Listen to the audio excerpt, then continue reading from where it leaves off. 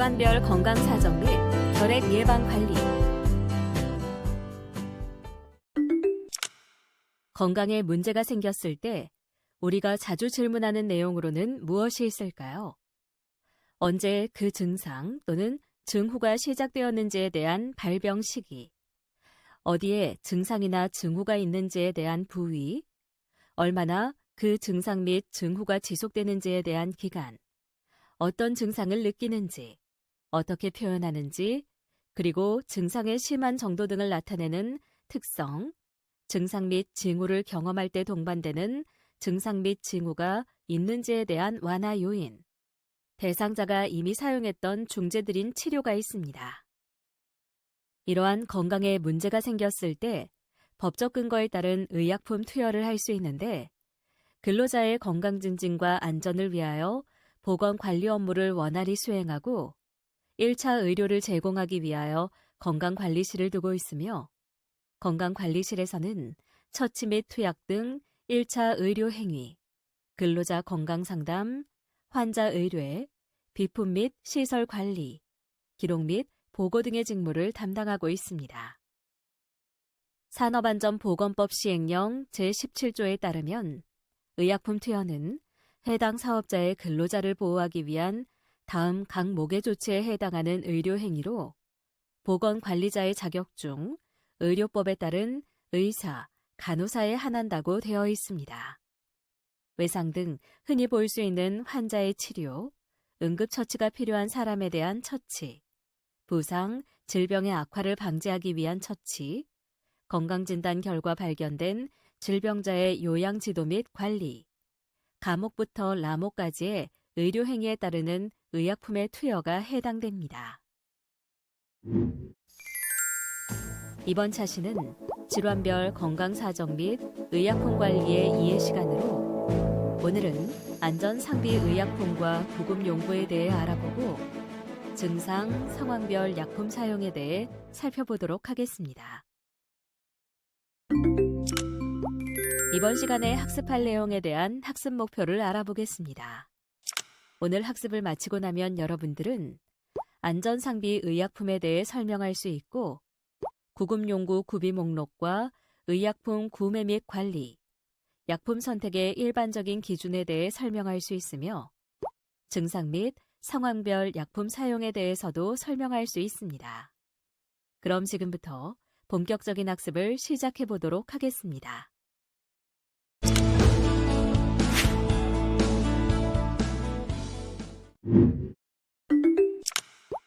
안전상비 의약품이란 일반 의약품 중 주로 가벼운 증상에 시급하게 사용하며 환자 스스로 판단하여 사용할 수 있는 것으로, 편의점같이 24시간 운영되는 곳에서 판매되는 의약품을 말합니다. 안전상비 의약품 목록에는 타이레놀정 등 해열 진통제와 판코레이 내복액, 판피린 T정 등의 감기약, 배아제정, 닥터 배아제정, 회스탈 골드정, 회스탈 플러스정 등 소화제, 제일쿨 파프, 신심파스 RX 등의 파스가 있습니다.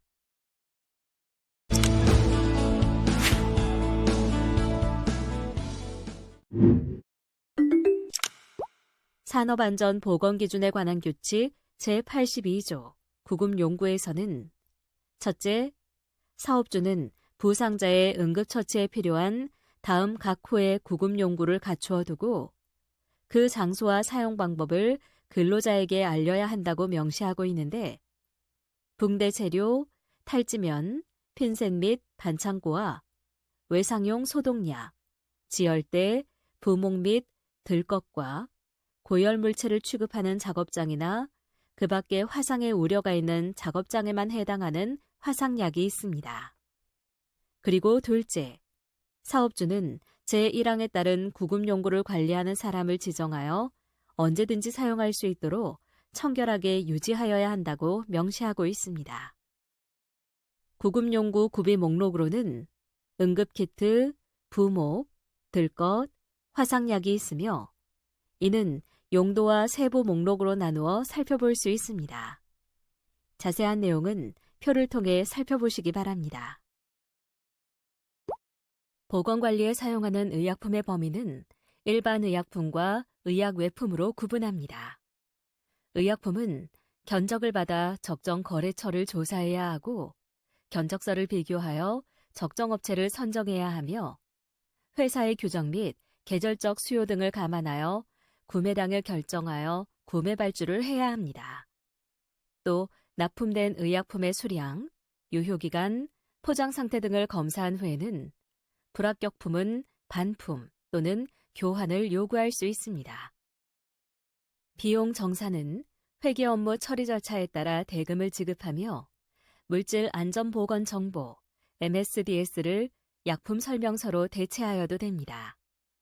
그리고 의약품 사용 내용을 보건관리일지에 기록하여야 하고 의약품 수불부 양식에 의거하여 정기적으로 구입량, 사용량, 재고량을 파악해야 하며 정기적 재고 조사를 통하여 유효기간이 경과된 제품은 즉시 폐기 처리하도록 해야 합니다.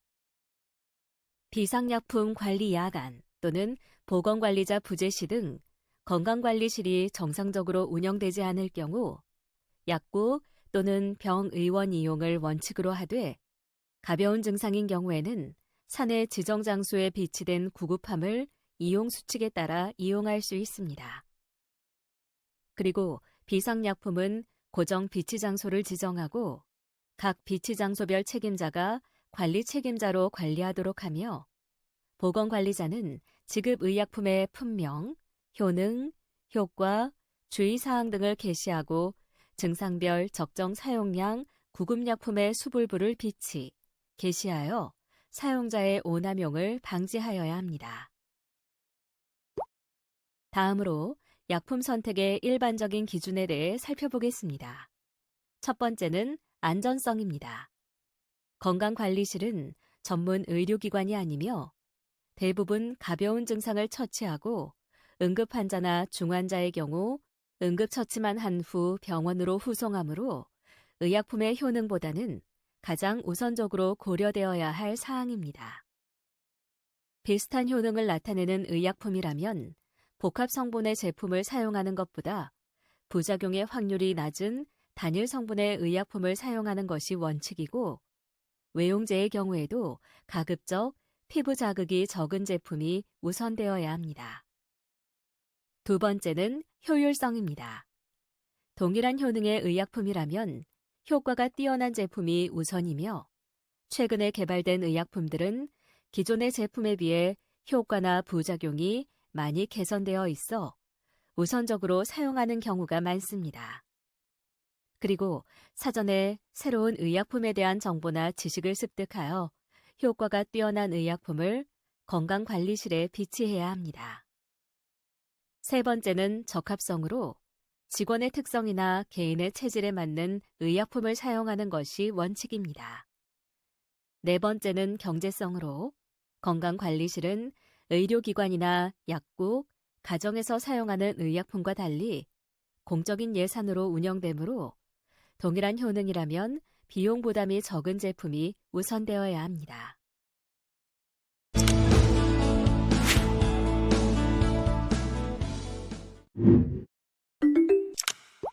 이번에는 증상 상황별 약품 사용 중 먼저 두통, 어지럼증 등 머리에 대해 알아보겠습니다. 머리는 임상에서 가장 흔히 볼 수 있는 증상 중의 하나이며 전체 인구의 30%는 평생 동안 한 번 정도 두통을 경험합니다. 그리고 혹시 두통이 뇌수막염, 경막하출혈, 뇌뇌출혈, 종양과 같이 생명에 위협적인 원인에 기인한 것인지 주의 깊게 사정해야 합니다.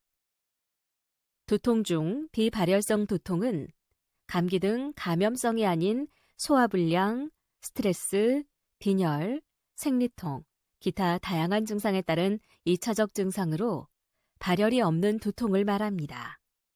발열이 없더라도 타이레놀, 니콜펜 등 해열 진통제의 사용이 가능하고 소화불량성 두통인 경우 손발이 차거나 열이 전혀 없으면서 두통을 호소하기도 합니다. 소화불량성 두통의 처치는 복부를 온찜질로 10에서 20분 찜질한 다음 가스 활명수 F나 베나치오액과 회스탈 또는 위제로 등을 함께 복용합니다. 하지만 이런 경우 두통약 사용은 권장하지 않습니다. 두통 중 발열성 두통은 감기와 같은 감염증으로 인하여 발열을 수반하는 두통인 경우 해열 진통제와 소염 진통제가 모두 사용 가능한데 소염 진통제는 발열, 동통, 부종, 발적 등 염증 반증을 수반하는 경우 더 효과적입니다.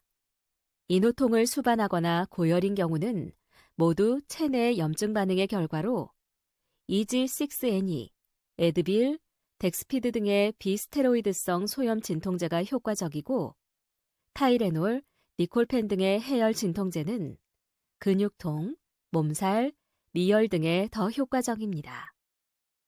두통 중 긴장성 두통은 스트레스, 피로, 수면 부족 등의 요인에 의해 발생하는 가벼운 두통으로 20에서 40세 사이에 가장 많이 나타나며 나이가 들면서 점차 사라집니다.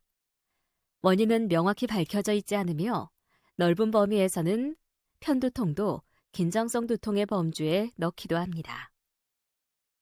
약물로는 타이레놀 또는 이제엔6NE가 사용되며 심한 경우 펜잘, 암시롱이 사용되고 편측 두통이 심한 경우에는 미가펜, 마이드린이 처방되며 지속적인 투약은 바람직하지 않습니다.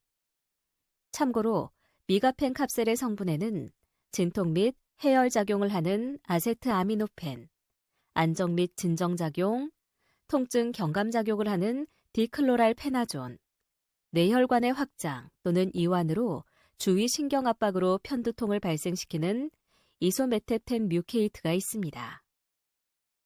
두통에서 어지럼증은 급성과 만성으로 분리해서 보아야 합니다. 이는 소화불량, 멀미, 빈혈, 귀의 이상 등에 의해서 발생됩니다.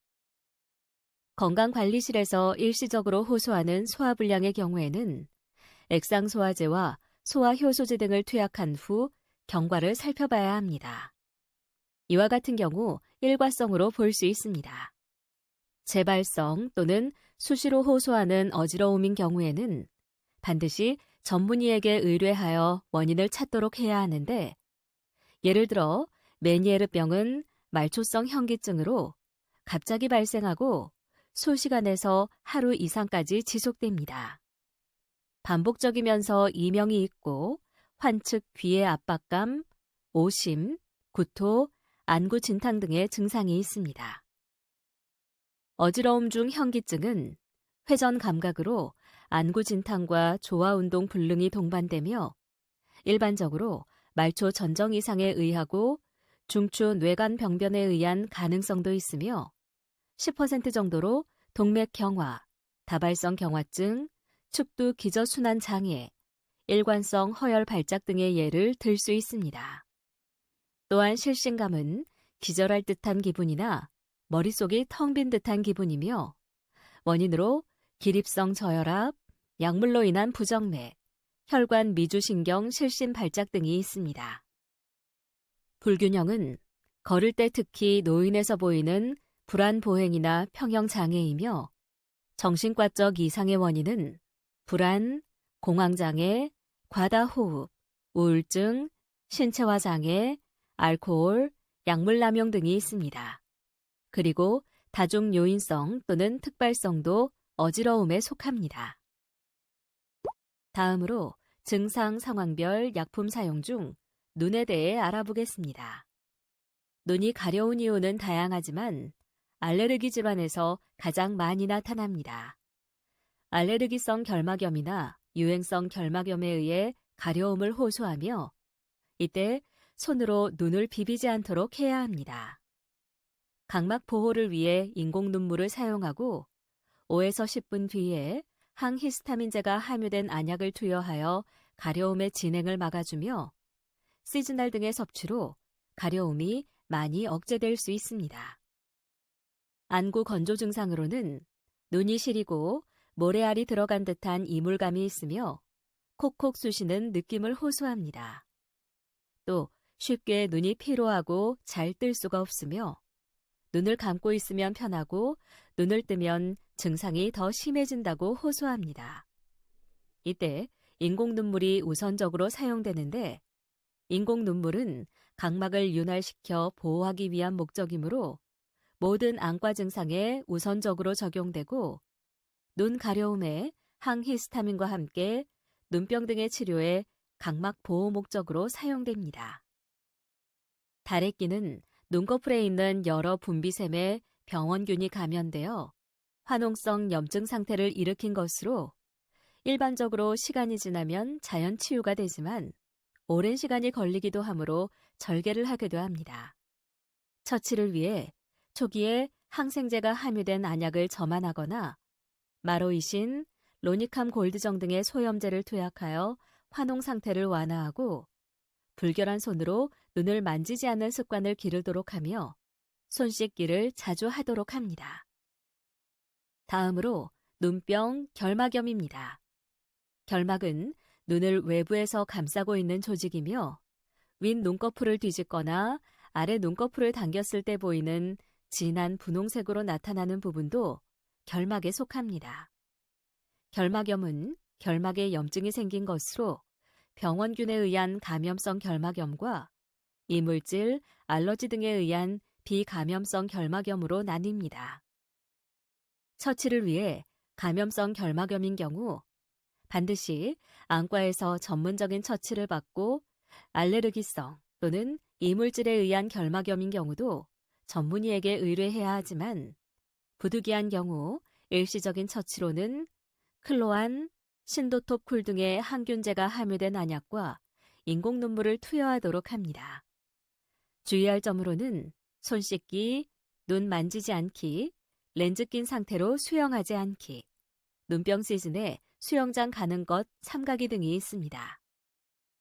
다음으로 증상 상황별 약품 사용 중 코와 부비동에 대해 알아보겠습니다. 먼저 콧물 재채기입니다.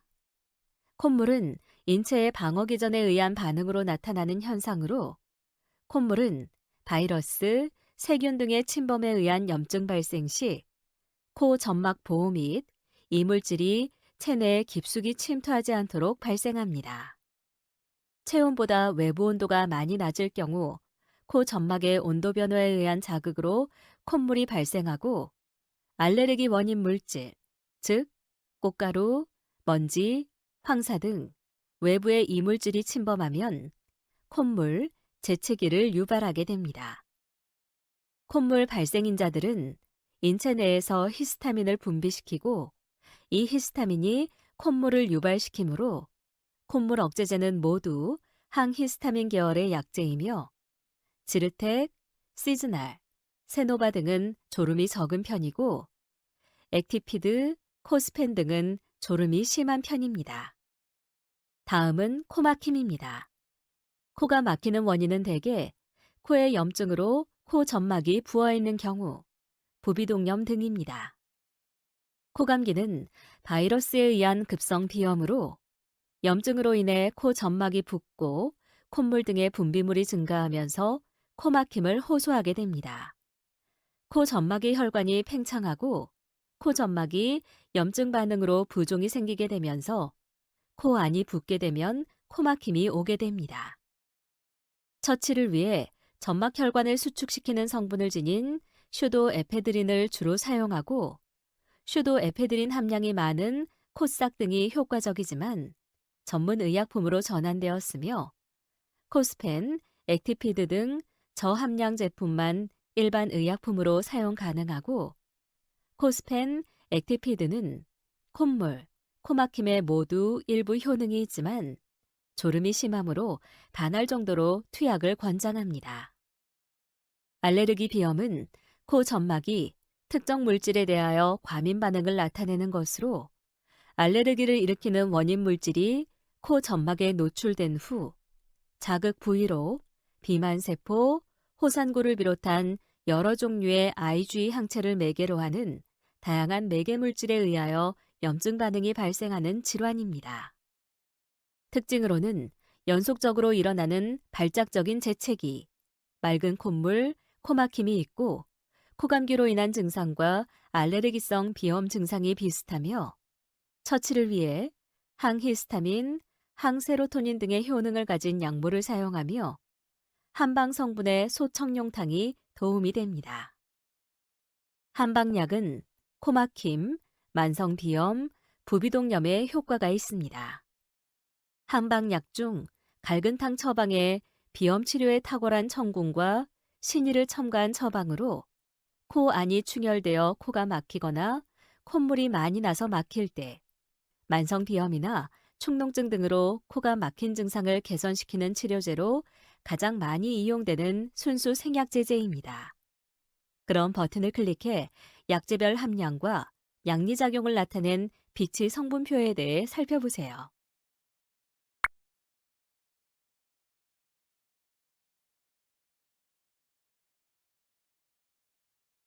다음으로 증상 상황별 약품 사용 중 귀에서 웨이도 염증에 대해 알아보겠습니다.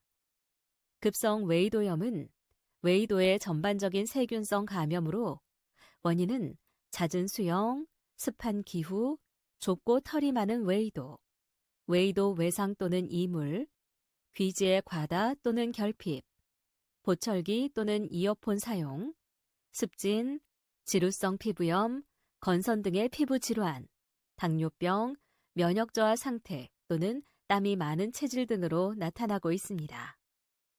처치는 원칙적으로 전문의에게 의뢰해야 하지만 일시적으로 처치가 필요한 경우 웨이 쪽을 드라이기 등으로 건조시킨 다음 항생제 연고를 면봉으로 가볍게 발라주며 적외선 조사기 등을 사용하도록 합니다. 이어서 증상 상황별 약품 사용 중 입에 대해 알아보겠습니다. 구강 내의 상처는 흔히 나타나는데 구강 점막의 경우 세포의 교환 주기가 빠르기 때문에 상처가 났을 경우 일반적으로 잘 낫게 됩니다. 구강 내 상처 치유에 적용되는 약품으로는 비타민 B 복합제인 임팩타민 등을 섭취하고 항균 성분의 구강 연고인 마우스겔은 상처 발생 초기, 즉 24시간 이내에 사용하도록 합니다.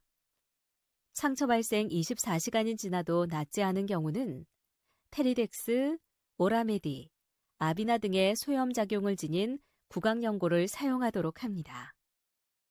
구강염증, 즉 구내염이란 세균, 바이러스, 곰팡이 등에 의한 감염으로 인해 혀, 구강, 입술과 볼 안쪽 등 입안 점막에 염증이 생기는 질환을 말하는데 발생 원인에 따라 세 가지로 분류할 수 있습니다. 첫째는 재발성 아프타성 구내 궤양으로 입안에 궤양이 생기는 구내염입니다. 정확한 원인은 알 수 없지만 면역 체계의 이상이나 세균, 바이러스 감염에 의한 것으로 나타나고 있으며 피로, 몸살, 스트레스가 영향을 줍니다. 재발성 아프타성 구내 궤양은 비타민의 섭취 및 오라메디, 테리덱스, 아비나 등의 스테로이드성 소염제를 사용하게 됩니다. 둘째는 헤르페스성 구내염으로 헤르페스 바이러스에 의해 입 주변 얼굴에 발생하며 수포가 생기고 통증이 심합니다. 성인이 되기 전에 잘 나타나며 전염성이 있고 아시클로버, 바크로비, 바이라미드 연고가 유효합니다. 셋째는 칸디다증, 즉 곰팡이 감염으로 틀니를 사용하거나 소모성 질환 또는 면역 질환을 앓고 있는 경우 잘 발생하는데 특히 어린아이에게서 흔히 발병하고 알보칠이 유효합니다. 다음 입병은 입술 상처, 포진입니다. 입술이 건조하여 갈라지는 증상은 가을, 겨울철, 건조한 외부 온도에 의하거나 감기 몸살 등 피로에 의하여 발생하는데 비타민의 섭취가 매우 필요합니다.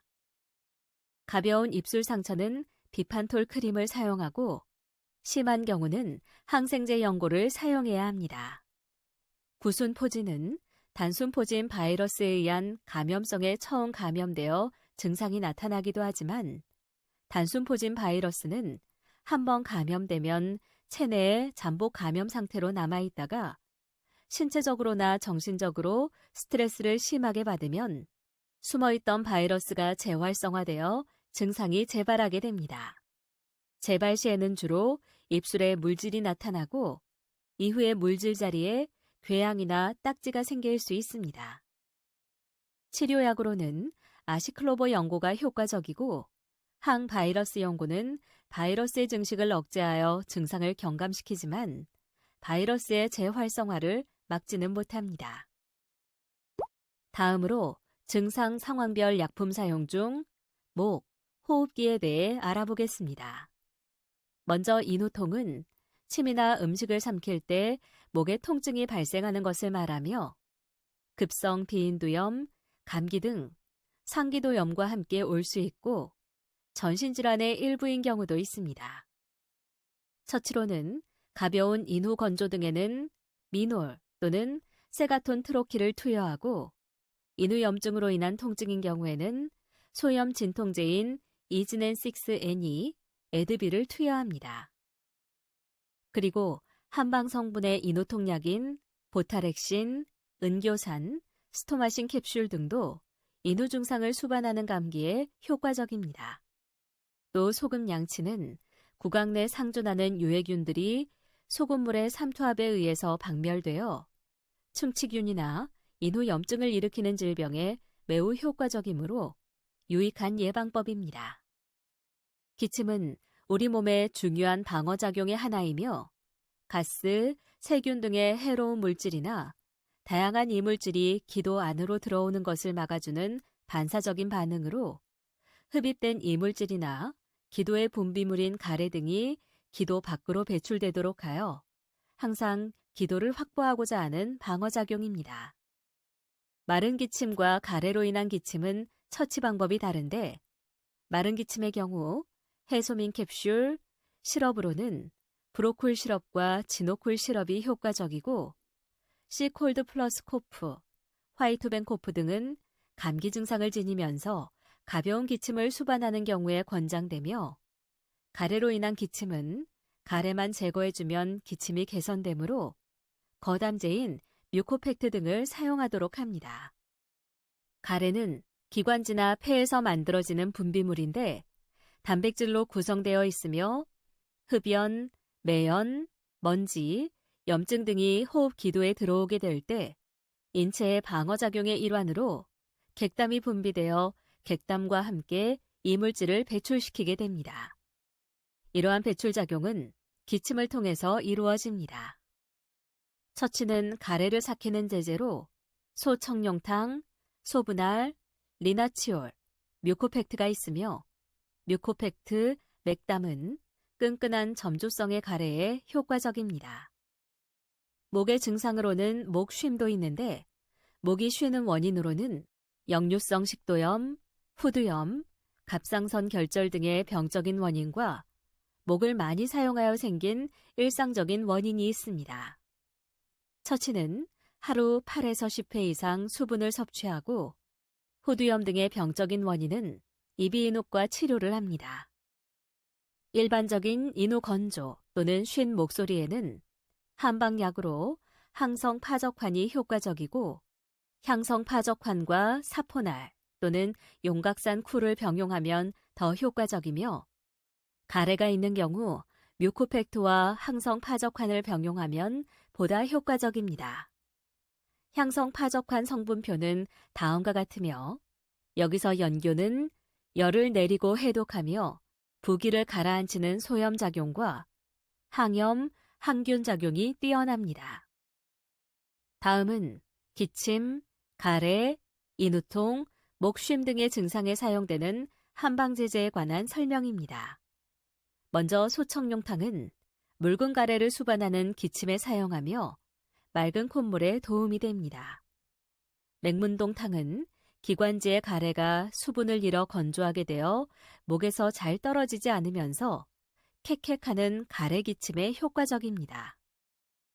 은교사는 감기로 인한 인후통에 사용되는 발열과 두통을 수반하는 인후통에 효과적인데, 즉 쉰 목소리 등 단순한 후두 증상에는 도움이 덜 됩니다.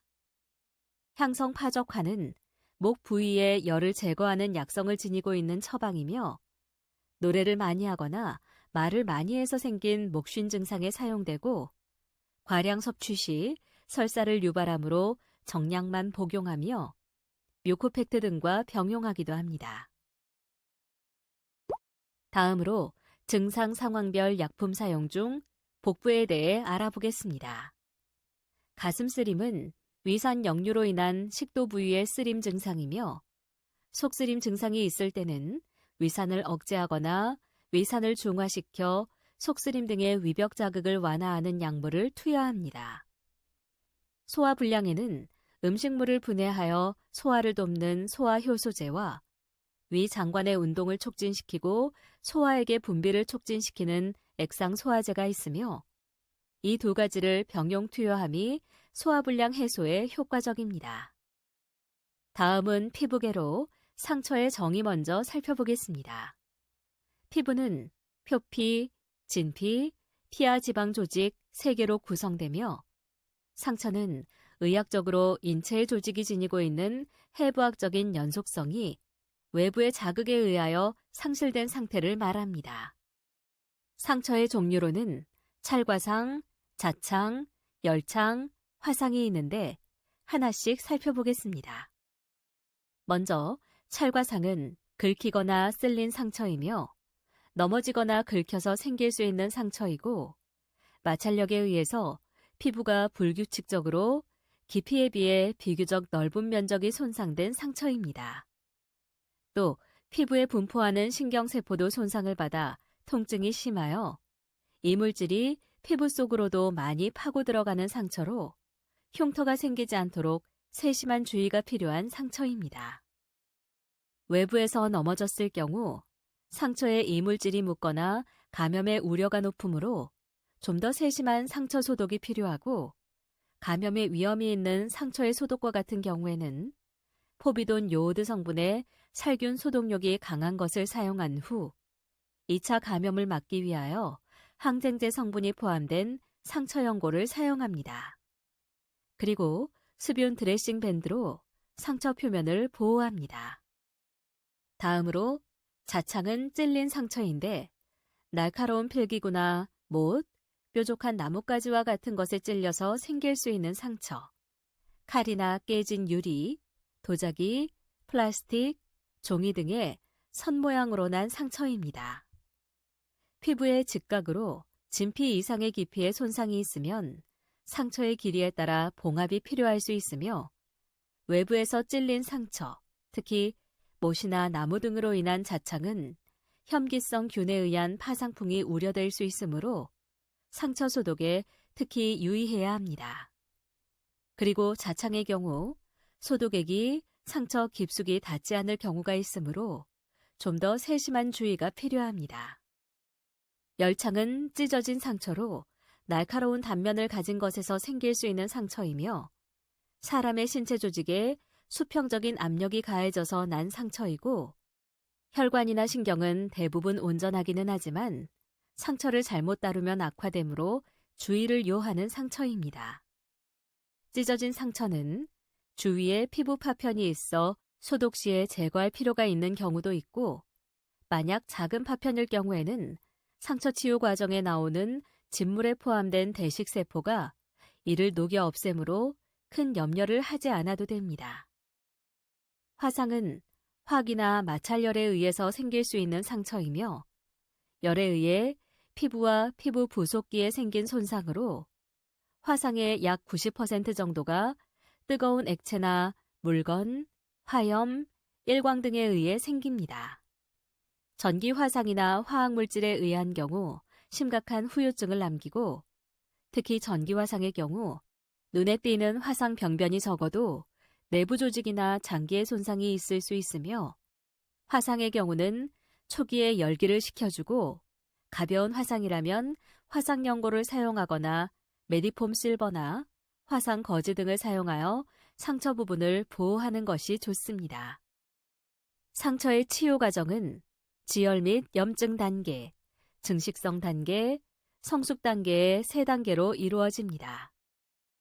첫 단계인 지혈 및 염증 단계는 혈소판이 엉겨붙어 출혈을 막는 지혈작용과 백혈구 등 염증세포가 모여들어 외부에서 침입한 균과 죽은 조직으로 제거하는 과정이 일어납니다. 상처 부위의 혈관 수축, 섬유소 침전, 혈전 형성으로 출혈이 감소되며 조절되고 응고인자들이 활성화되면서 혈소판 작용을 유도하며 혈관성 반응과 세포성 반응을 보입니다. 두 번째 단계인 증식성 단계는 백혈구가 분비한 성장 인자의 자극에 의해 상처 주위의 상피세포가 이동, 증식하여 손상된 부위를 덮고 진피층의 섬유세포가 콜라겐과 엘라스틴 등의 섬유질을 생산하여 유가조직이라는 새 살을 만드는 과정입니다. 이 단계에서는 콜라겐 복합체를 형성하고 유가조직이 과형성되면 주변 피부보다 솟아오르기도 하며 재상피화는 48시간 안에 이루어집니다. 세 번째 단계인 성숙 단계는 염증세포가 사라지고 임시로 생성된 유가조직이 원래의 피부 조직에 가깝게 성숙되는 단계로 혈관 생성과 섬유화 정지 기능을 합니다. 다음으로 증상 상황별 약품 사용 중 근골격계에 대해 알아보겠습니다. 다른 사람의 도움을 받지 않고 다음 4가지 동작이 가능한지 해보고 팔이 생각대로 올라가지 않는다면 50견을 의심해 볼 수 있습니다. 10가지 항목을 살펴보도록 하세요. 다음으로 손목 터널 증후군입니다. 손목 터널 증후군이 목 디스크와 다른 점은 엄지와 두 번째, 세 번째 손가락, 네 번째 손가락 절반에서 저린 증상이 있고 새끼손가락은 저리지 않고 특히 밤에 저린 경우가 많다는 점입니다. 목 디스크는 손가락이 저린 경우보다 팔 전체가 저린 경우가 많고 밤에 누워서 쉬면 오히려 좋아지며 팔렌 테스트는 손등을 마주대고 30초 이상 또는 1분 기다린 후 손목 터널 증후군이 있는 경우 신경 압박이 심해져 손저림이 심해집니다. 지금까지 배운 내용을 떠올리며 함께 복습해볼까요? 근로자의 건강 증진과 안전을 위하여 보건관리 업무를 원활히 수행하고 1차 의료를 제공하기 위해 건강관리실을 두고 있습니다. 산업안전보건기준에 관한 규칙에 따르면 사업주는 부상자의 응급처치에 필요한 다음 각 호의 구급용구를 갖추어 두고 그 장소와 사용 방법을 근로자에게 알려야 합니다. 구급용구 구비 목록에 대한 예시는 다음과 같습니다.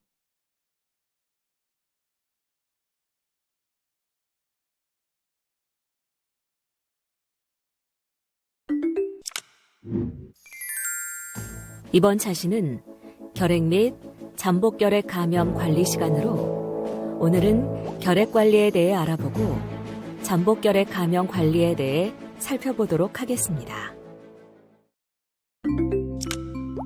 이번 시간에 학습할 내용에 대한 학습 목표를 알아보겠습니다. 오늘 학습을 마치고 나면 여러분들은 결핵 관리에 대해 설명할 수 있으며 잠복결핵 감염에 대해 설명할 수 있습니다. 그럼 지금부터 본격적인 학습을 시작해 보도록 하겠습니다.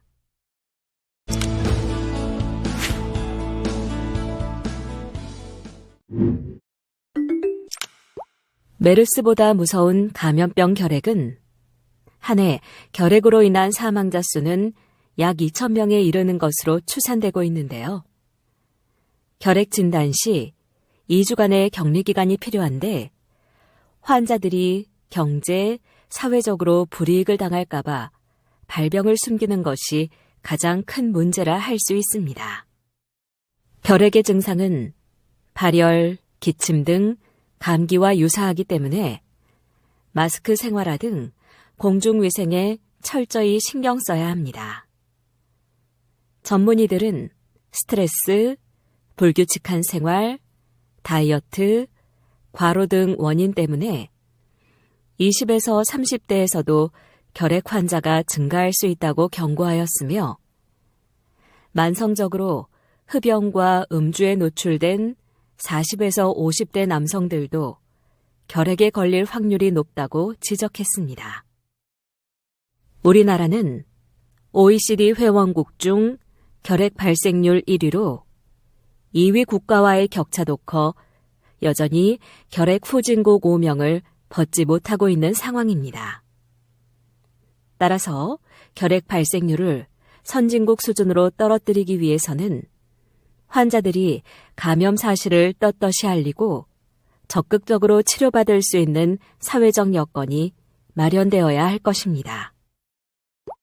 질병관리본부 2017 결핵 환자 신고 현황 연보에 따르면 2017년 한 해 동안 결핵 신환자가 인구 10만 명당 55.0명으로 전년의 60.4명 대비 9.0%로 감소하였는데요.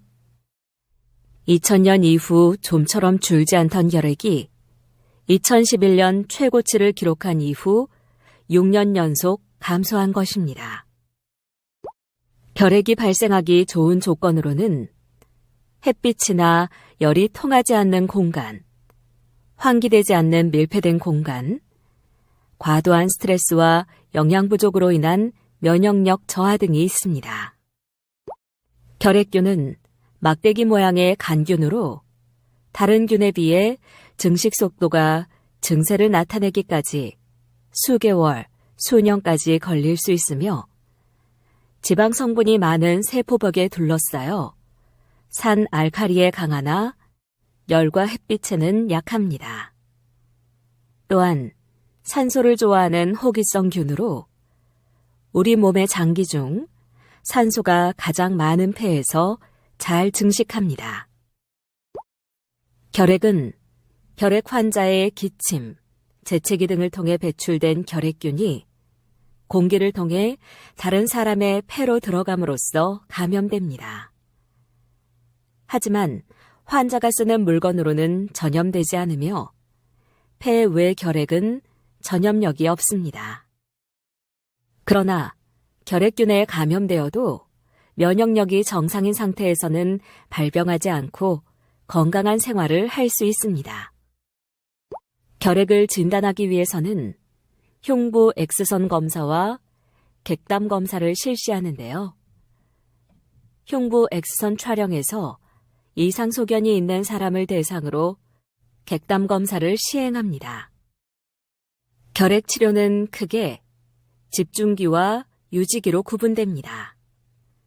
집중기의 목적은 많은 수의 균을 신속하게 제거하고 약제 내성의 출현을 예방하는 데 있으며 유지기의 목적은 휴지기 중인 나머지 균을 박멸하는 것입니다. 결핵은 감기의 초기 증상과 매우 흡사한데요. 하지만 일반적인 감기와 다르게 기침과 가래가 2주 이상 지속되거나 미열, 체중 감소, 피로 및 식욕부진과 같은 증상도 나타납니다. 전염성 결핵은 적절하게 치료받지 못한다면 치명적일 수도 있습니다. 전염성 결핵은 치료하지 않으면 감염 환자의 약 절반 이상이 사망하는 질병으로 치료하지 않은 1년 동안 다른 사람 10에서 15명에게 질병을 전파시킬 수 있습니다. 하지만 결핵 치료에 있어 가장 중요한 것은 규칙적이고 정확한 항결핵 치료제의 복용이라 할 수 있는데요. 따라서 불규칙한 투약, 임의로 약 복용을 중단하면 내성균이 발생하여 증상이 재발하게 됩니다.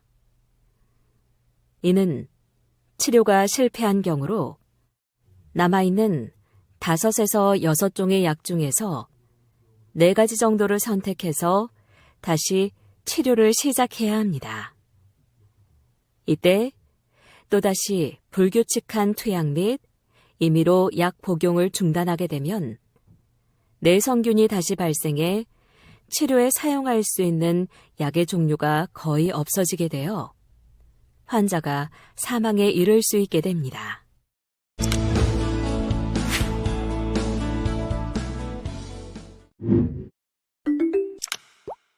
잠복 결핵이란 결핵균에 감염돼 있지만 현재 결핵이 발병하지 않은 상태로, 즉 결핵균이 몸속에 있지만 휴면 중인 상태를 말합니다. 이때에는 증상이 없고 전염성이 없어서 다른 사람에게 균을 전파시키지는 않습니다. 따라서 잠복결핵 감염자에 대해서는 업무 종사 일시 제한, 취업 거부 등 사회 격리 규제가 불필요하므로 이로 인하여 차별하거나 불이익을 주지 않도록 주의하여야 합니다. 그러나 잠복결핵은 면역력이 약해지면 언제든지 결핵으로 발전할 수 있을 뿐 아니라 결핵균 감염자의 약 10%가 평생에 걸쳐 결핵으로 발병하므로 적절한 검진과 치료를 통하여 결핵으로 발병되는 것을 사전에 예방하는 것이 중요합니다. 따라서 전문가의 권고에 따라 잠복결핵 치료를 완료하면 결핵으로 발병하는 것을 60에서 90% 예방할 수 있습니다. 여기서 잠깐, 그렇다면 잠복결핵은 모두 결핵으로 발병되는 걸까요?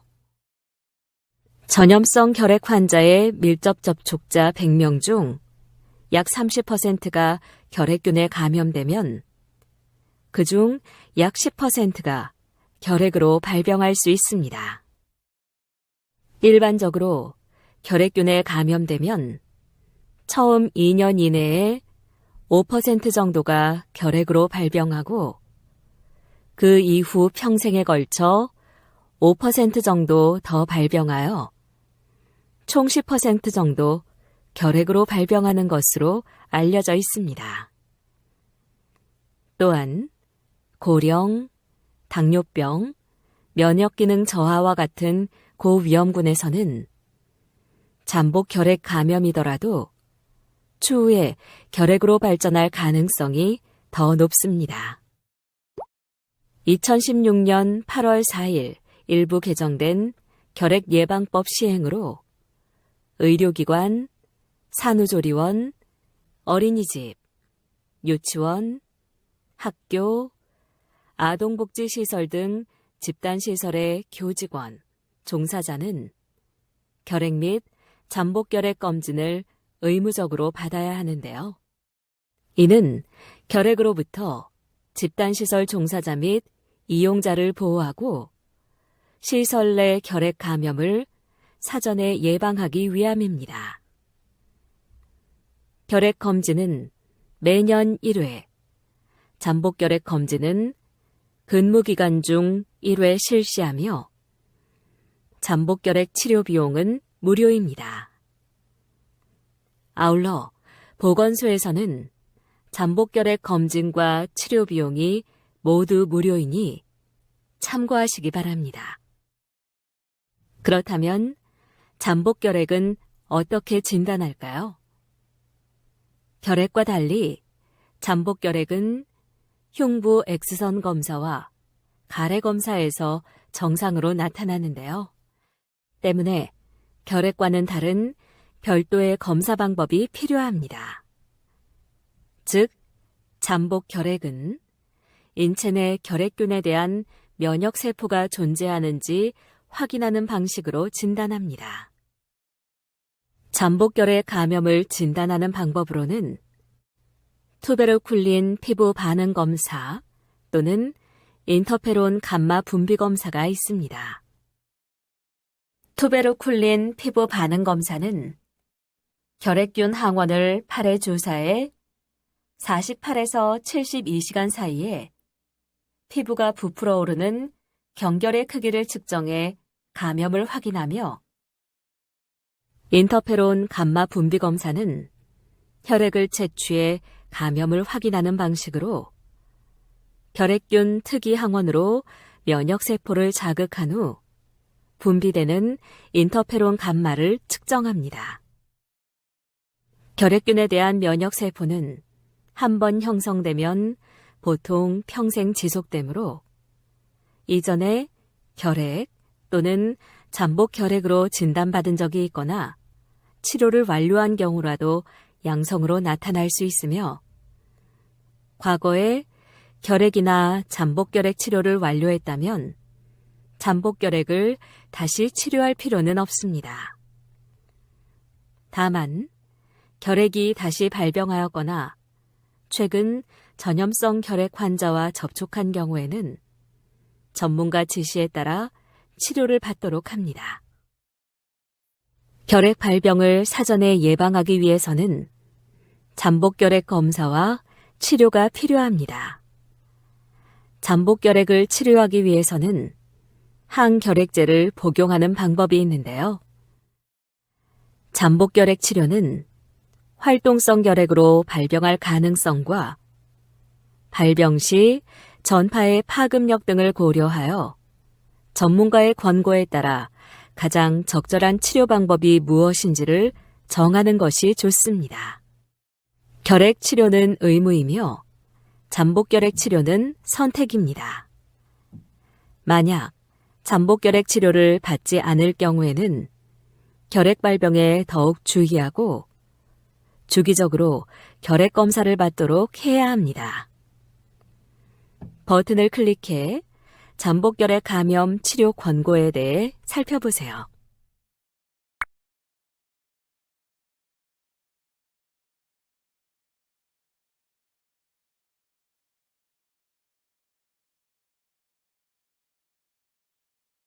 잠복결핵 치료제는 결핵 환자의 치료에 비해 적은 양의 약을 복용하게 되는데요.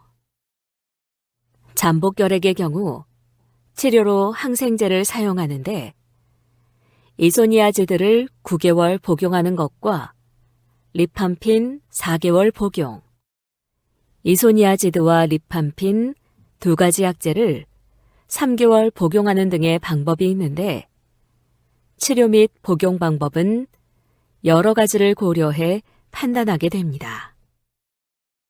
진료 초기에 약 복용 후 수시간 정도 속이 불편하거나 메스꺼리는 증상이 있을 수도 있으나 약을 계속 복용하면서 호전되는 경우가 많습니다. 잠복 결핵 감염 치료 중에 술이나 담배를 하면 안 되나요? 음주는 간 기능을 악화시키고 약물의 대사에 나쁜 영향을 미칩니다. 간 기능이 악화되면 치료를 지속하기 어려울 수 있으며 음주 상태에서 부작용으로 간독성이 발생한 경우 치명적인 간염으로 진행할 수도 있으므로 치료 중에는 금주하는 것이 좋습니다.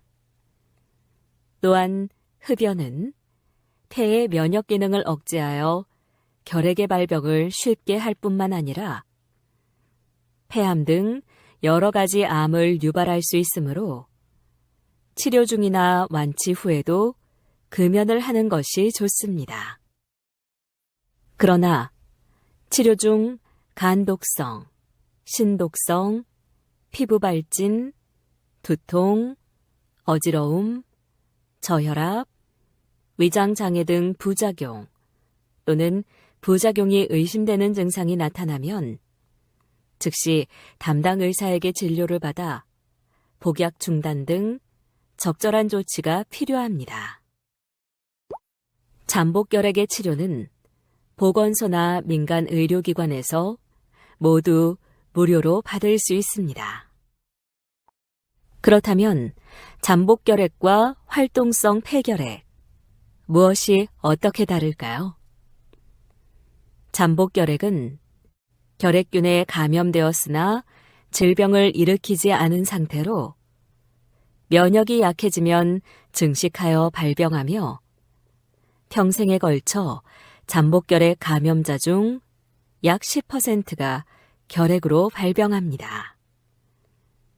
반면 활동성 폐결핵은 결핵균이 호흡기를 통해 폐로 들어가 증식하며 염증 반응을 일으키는 감염병으로 우리 몸 어디서나 발생 가능하며 85%는 폐에서 발생, 15%는 림프절, 척수 등 폐 이외의 장기에서 발생합니다. 잠복결핵은 증상이 전혀 없으며 활동성 2주 이상 기침, 발열, 수면 중 식은땀, 가슴 통증, 체중 감소, 식욕 감퇴, 입을 통해 혈액 배출 등의 증상이 하나 이상 나타나며 초기에는 증상이 없을 수도 있습니다. 잠복결핵은 전염성이 전혀 없으며 활동성 폐결핵이 전염성 결핵인 경우 기침이나 대화를 통해 전파됩니다. 결핵은 6개월 이상 치료하면 완치가 가능하며 치료 시작 후 약 2주가 경과하면 전염력이 소실됩니다. 잠복결핵은 환자가 아니지만 활동성 폐결핵은 환자로 볼 수 있습니다.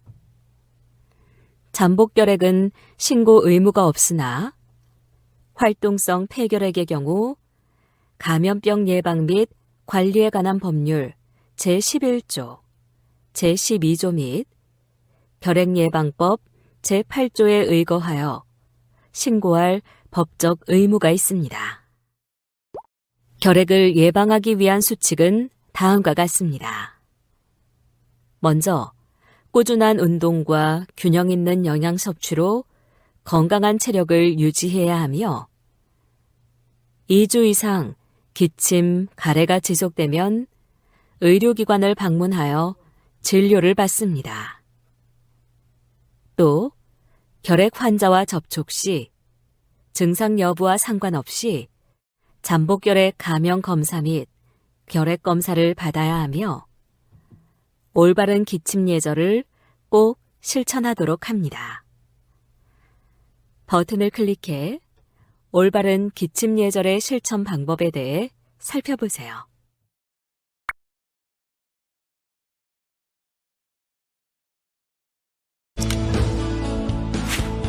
의료인이 알아야 할 잠복결핵 감염 핵심에 대해 살펴보도록 하겠습니다. 결핵이란 결핵균이 몸속으로 침범하여 일으키는 질환으로 기침이 가장 흔한 증상이며 발열, 체중 감소, 피로 등의 증상이 있을 수 있습니다. 잠복결핵 감염은 몸속에 들어온 소수의 결핵균이 증식을 하지 않아 결핵이 발병하지 않은 상태로 결핵과 관련된 증상이 없고 결핵균이 외부로 배출되지 않아 전염성이 없으므로 주위 사람들에게 전파되지 않습니다. 잠복결핵 감염 검진이 필요한 경우는 결핵 감염 및 결핵 발병의 위험성이 큰 경우, 결핵 발병 시 중증 결핵 발병의 위험이 크거나 전파 가능성이 큰 경우입니다. 결핵 예방법에 따라 의료기관, 산후조리원, 학교, 유치원, 어린이집, 아동복지시설 등의 종사자 및 교직원은 결핵검진과 잠복결핵 감염검진을 받아야 합니다. 잠복결핵 감염 치료는 한두 종류의 결핵약을 상황에 따라 3에서 9개월 동안 매일 1회 복용하는 방법으로 진행됩니다. 상황에 따라 두통, 어지러움, 위장장애 등의 경미한 부작용이 나타나며 드물게 간독성, 신독성 등 중증 부작용이 나타날 수 있습니다.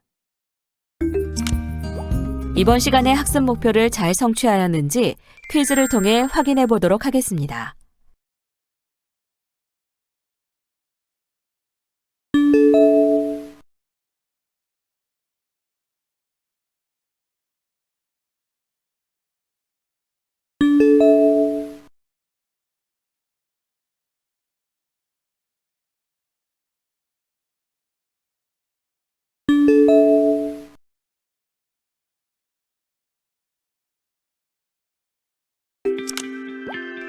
지금까지 배운 내용을 떠올리며 함께 복습해 볼까요? 결핵이란 결핵균이 몸속으로 침범하여 일으키는 질환을 말하며 결핵균은 주로 폐로 침범하기 때문에 폐결핵이 가장 흔하지만 흉막 및 림프절 등 폐 이외의 장기로도 침범하여 폐외 결핵을 일으키기도 합니다. 기침이 가장 흔한 증상이며 발열, 체중 감소, 피로 등이 있을 수 있습니다. 결핵은 공기를 통한 대표적인 호흡기 감염병으로 전염성 결핵 환자는 주위 사람들에게 결핵균을 전파시킬 수 있습니다.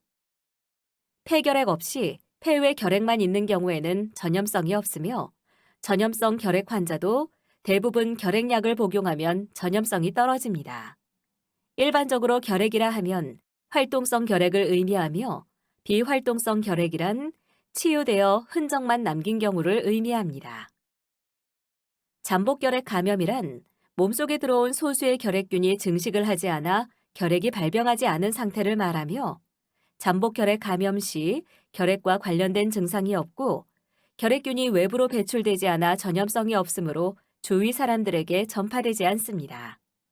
다만 잠복결핵 감염자의 약 10% 정도가 결핵으로 발병할 수 있으며 이 경우에는 가족, 친구, 직장 동료 등에게 결핵을 전파시킬 수 있습니다. 잠복결핵 감염 검진이 필요한 경우는 결핵균 감염의 위험성이 큰 경우, 결핵 발병의 위험성이 큰 경우, 결핵 발병 시 중증 결핵 발병의 위험이 큰 경우, 결핵 발병 시 전파 가능성이 큰 경우 등입니다. 잠복결핵 감염 치료는 앞으로 결핵으로 발병할 가능성, 실제 결핵으로 발병하였을 때의 위험성, 잠복결핵 감염 치료의 효과 등을 고려하여 권고합니다.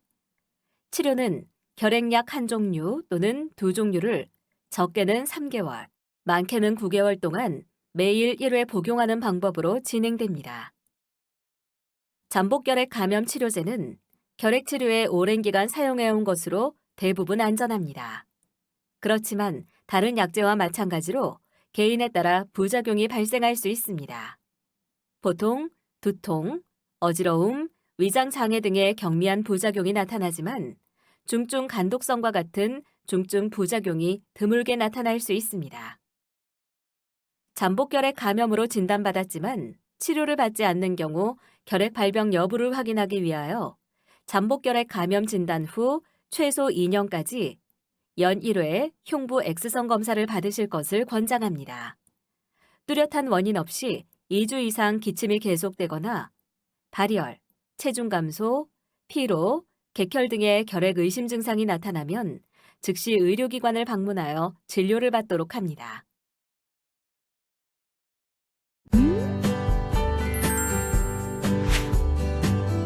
수고하셨습니다.